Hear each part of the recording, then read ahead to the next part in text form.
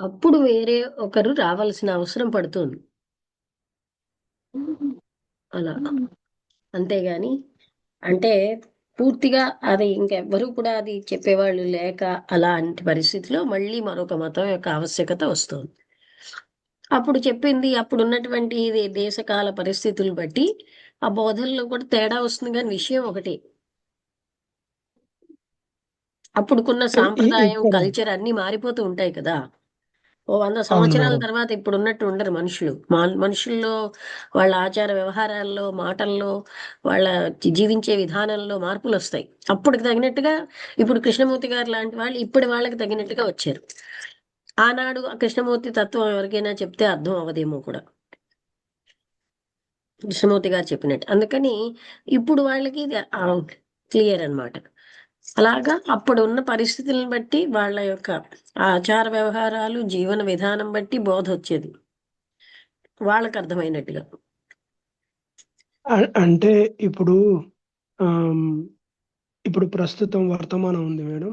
అంటే ఇప్పుడు వీళ్ళు ప్రబోధించిన ఈ ప్రవక్తలందరూ ప్రబోధించిన ఆ విషయం ఏదైతే ఉందో అది ఆ అంటే దానికి కొంచెం తేడా వచ్చినప్పుడు మళ్ళీ కొత్త మతం ఆ, అంటే అలా కొత్త కాదండి. ప్రవక్తలు మతం వస్తారా? క్షీణించిపోయి అది చెప్పేవాళ్ళు కూడా ఎవరూ లేనప్పుడు, అప్పుడు ఆ మనుషుల యొక్క వ్యవహారాలలో అధర్మం వచ్చేస్తుంది.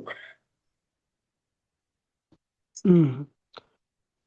అధర్మం వచ్చేసినప్పుడు అప్పుడు వాళ్ళకున్న స్థితిని బట్టి వేరే ఒక మత ప్రవక్త వస్తున్నారు. అప్పుడు వాళ్ళ ఆచార ఇంకొకటి కూడా వ్యవహారాలు అన్నీ మారిపోతాయి కదా. అవును మేడం.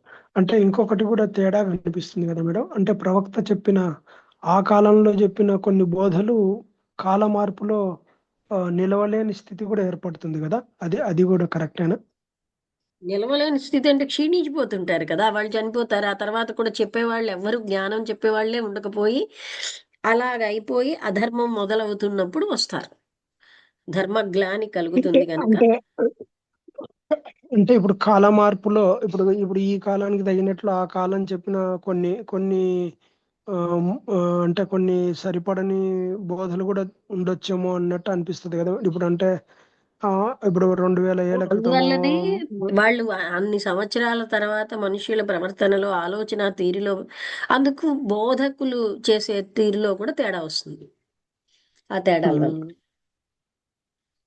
అయితే కొంతమంది అస్సలు మార్పు చేయకూడదు అని గట్టిగా పట్టు పడతారు కదా. అది విషయం అది అలా. మారలేదండి. సత్యం ఎప్పుడూ మారలేదండి. చెప్పే విధానం మారింది. ఉమ్, సత్యం అనేది ఎప్పుడు మారదు. ఉమ్, ఉమ్, అది ప్రకటించే విధానం మారుతుంది. అవును మేడం. సత్యం మారడం లేదు.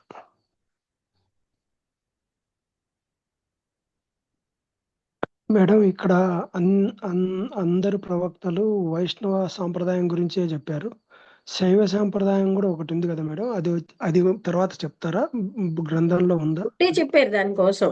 శైవమే ఉండేది ఒకప్పుడని. ఆహా. శైవం శైవమే ఉండేది. తర్వాత వైష్ణవం అనేది వాళ్ళే వచ్చింది. డామినేటింగ్ గా ఉండేవారని. ఉహుహు.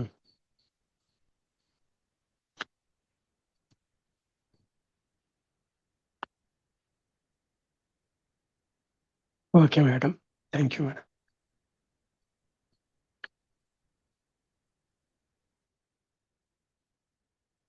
రామలక్ష్మి గారు ఏమైనా మాట్లాడతారా లేక అవసరం లేదా?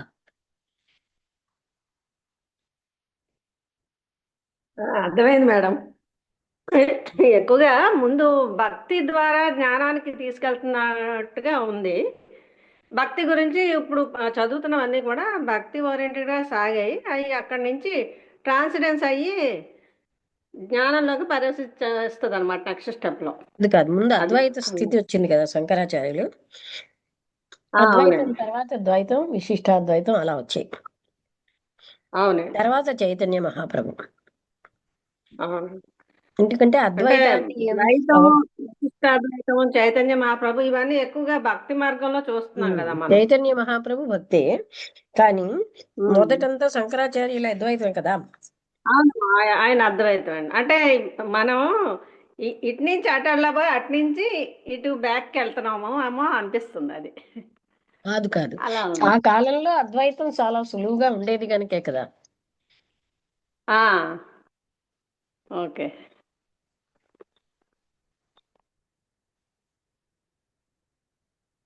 భక్తి అయినా మళ్ళీ అద్వైతానికి వెళ్ళాలి. వెళ్ళాలండి, అవును. భక్తి నుంచి అల్టిమేట్ అద్వైతం. ఉమ్. ఇవన్నీ ద్వైతంలోకి వస్తాయి కదా ఇప్పుడు మనం చదువుతున్నవి. ఓకే, ముగించేద్దాం. ఓకే.